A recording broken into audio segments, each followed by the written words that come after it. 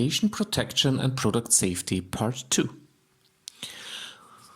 Typically, working in a radiation area also comprise the working in a sterile working bench, a so-called aseptic laminar airflow bench. We have such one behind me here, and there within we have a laminar airflow that guarantees product safety, that there will be no dust sedimented on any area. So that is mainly for product safety. But of course, since we're working with radioactive sources and radioactive chemicals, reagents, pharmaceuticals, also the outsides are secured with lead. And also we have a movable lead glass window that is protecting the operator from the inside radiation. So that's really a radiation protection measure.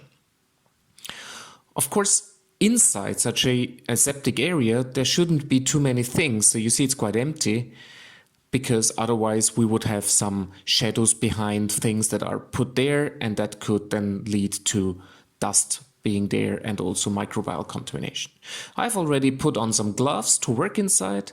It also makes sense to wear a second layer of gloves if you work with radioactivity, so you can remove the outer layer anytime when you feel or you fear you have contaminated your hands, and then just change those.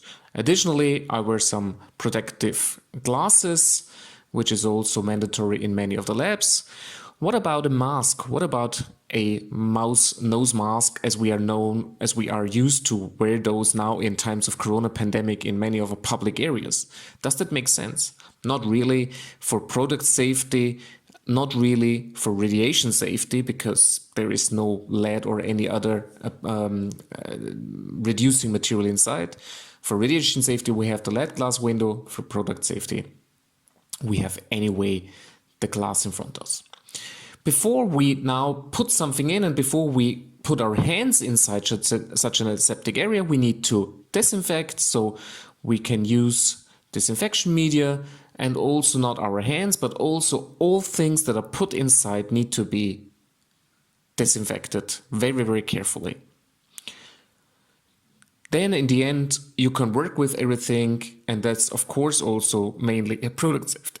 We have syringe shieldings, we have distancing tools like tweezers, we have syringes inside, we have everything that we need to work, but everything needs to be disinfected before we do that.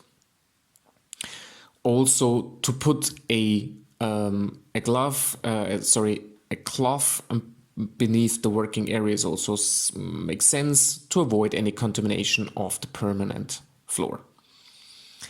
My hands, of course, are not protected from radiation as I put them inside, so I have to be careful to not touch any radioactive sources directly, but use these distancing tools, use syringe shieldings, use vial shieldings, and of course limit the time that I put my hands in. We have also a measuring device in here, so you can see you can measure the reactivity directly inside. We can use the mouse on the outside to change things, but we can therefore always monitor how much activity are we using. In that case, it's empty.